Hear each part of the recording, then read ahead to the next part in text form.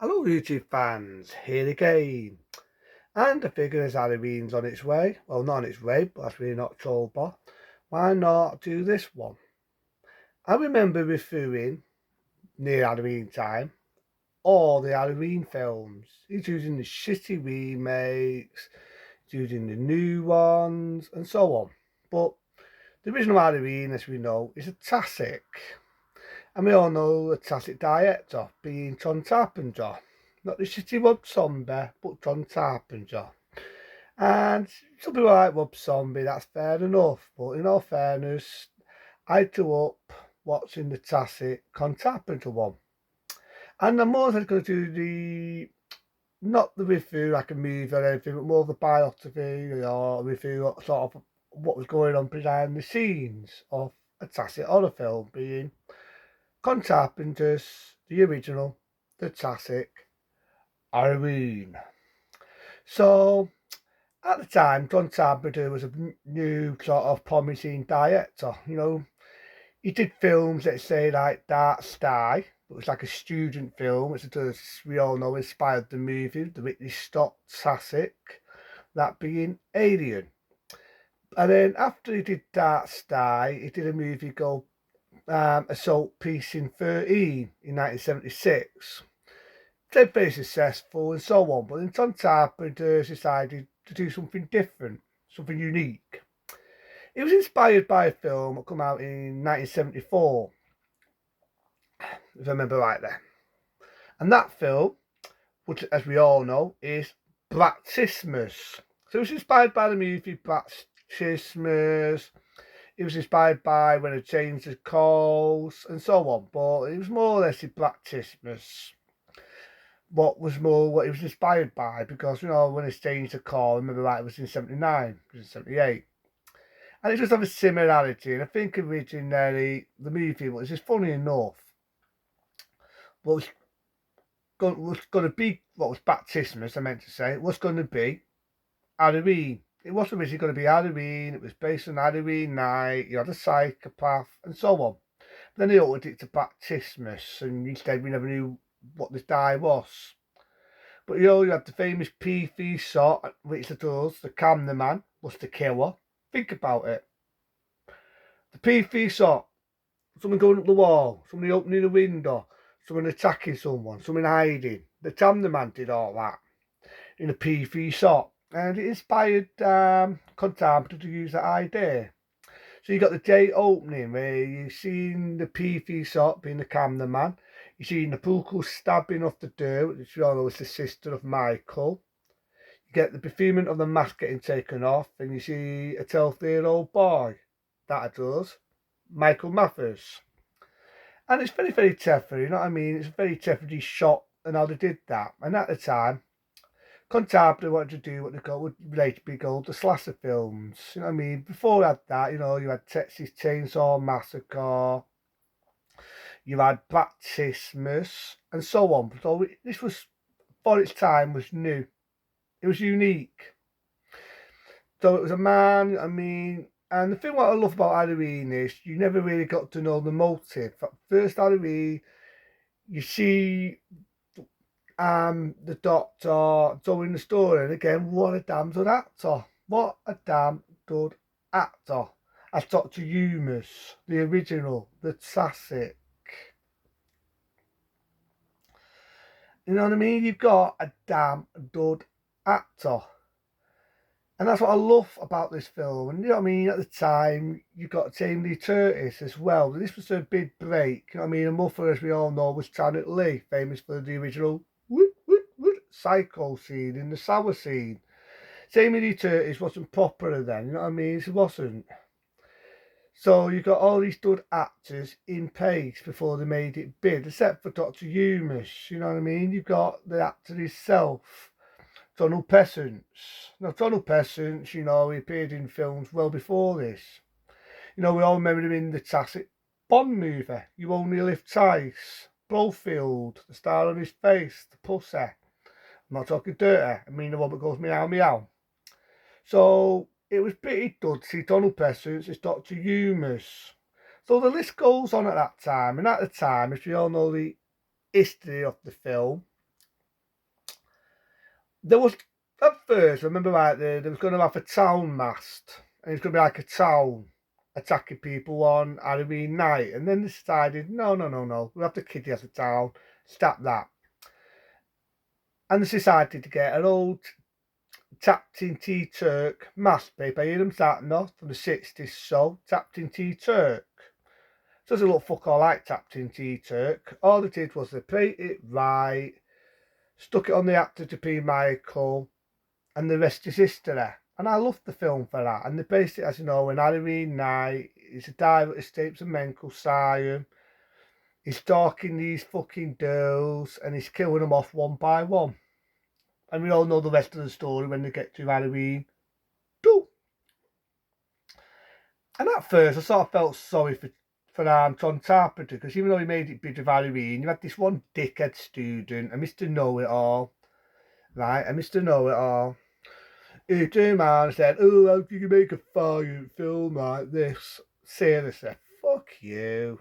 I mean, when you look at films in today's era, like fucking Human Centipede and fucking Saw Your Dick Off, how dare you insult a talented fucking director? Because it's a type of film, it's psychological, it's suspenseful when it wants to be, and that's what I love about Halloween.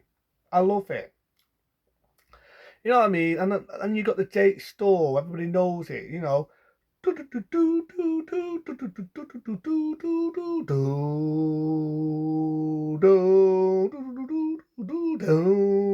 to do the rest because I'll kill it. But I love the bit. The original Stores, you know, was played on a piano. There's some cheapy bits when it wants to be. And there's also a lot of cheapy notes when they want to be. And Halloween, as you know, in 1978, made it big, and as we all know the rest, as the days went on, they made a lot of sequels, and it does inspired a lot of other slasher films. You know, 2 years after it inspired the original, the classic, Friday the 13th. And, you know, the list went on, it inspired a lot of other slasher films, but this was like ahead of its time. It was ahead of its time. I mean, you had films, let's say, like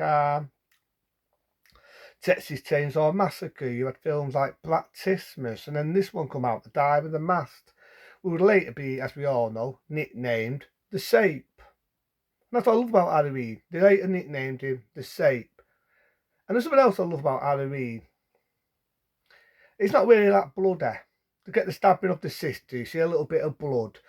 You get a little bit of blood when they find his dead guy, but does explain why he has the overall one. Hey, Rob Zombie, you said how the fuck did he wear an overall? You also didn't watch Halloween all the way through. There's a scene in it, right, where Dr. Loomis is walking across, you see a dead body, near a overall, costume. You know, the body look a bit naked. There's a reason for that. Because he's wearing the dad's fucking overalls. That's how he wear them. Oh, how could he wear them so cheap? Maybe the dad had a nice cheap pair of overalls. So zombie can insult John Carpenter's fucking Halloween, right? I'm going to insult Ease. It's supposed to be realistic. It's supposed to be real to life that he can get shot in the head in Halloween fucking 1, the shitty remake, original, the shitty remake, but in Halloween 2 he can come back alive. Give me a fucking break. But this one, I actually like this one. I like this one, you know what I mean? It's just a good film, it's psychological, it's suspenseful. And it's the first time, you know, he's trying to attack the Jamie Lee Curtis, he pulls the mask off, you only see his face for a split second, but if you all know, there was 2 actors to play Michael Mathis, unless you're including the little boy. There was one that did the stunts, that pulled the mask up. You may see the iconic photo where he's drinking a beer. And there was the one that does when the mask gets pulled off. It was also the actor who later played Michael Mathis into Halloween 2.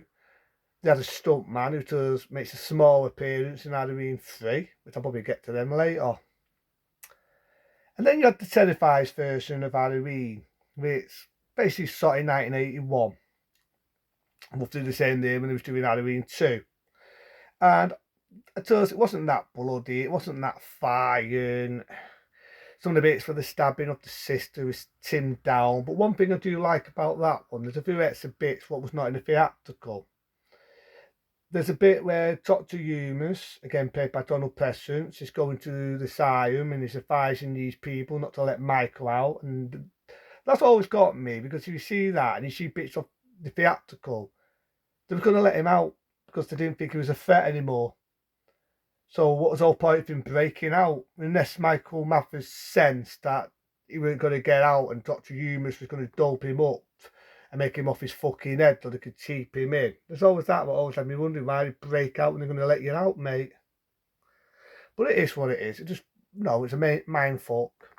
But yeah, in the Terrifies one, he started to think he's bored of people, not to let him out. He's a threat, he's a danger, but they don't listen to him. There's a bit where he has to go at Michael. He says, "You fooled him, didn't you? You fooled him." He's a really snidey smile. "But you don't fool me." And it's sort of the same, it's not in the theatrical, but on the TV version, there's a little bit where he visits Michael in the mental asylum as a 12-year-old boy. There's a bit where Dr. Humus is in the hospital, wanting to know how he broke out and why he broke out and what was going on. There's a bit more of that. And there's a bit with Jamie Lee Curtis. It's got a tile round her head as Laurie Strode, and that's because in 1981 she was doing another film and she had short hair, so it would have been bitty weird, her having long hair in the 70s one, suddenly her hair short, so they just had to pretend she was having a shower, so they just had a tile round her head to hide the fact that she had short hair. Which does explain in Halloween 2 why she's wearing a fucking wig.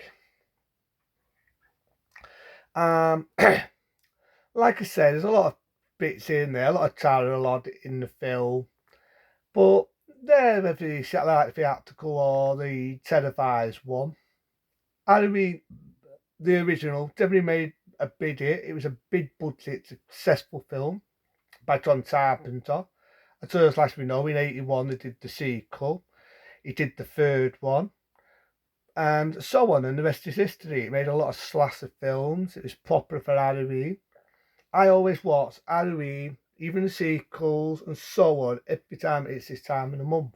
Every time it's this time of the month, being October, I always watch Halloween. It's one of my favourite films, one of my favourite slasher films. It inspired a lot of other films, whether it be The Burning, whether it be the one I just said, Friday the 13th, or the sequels.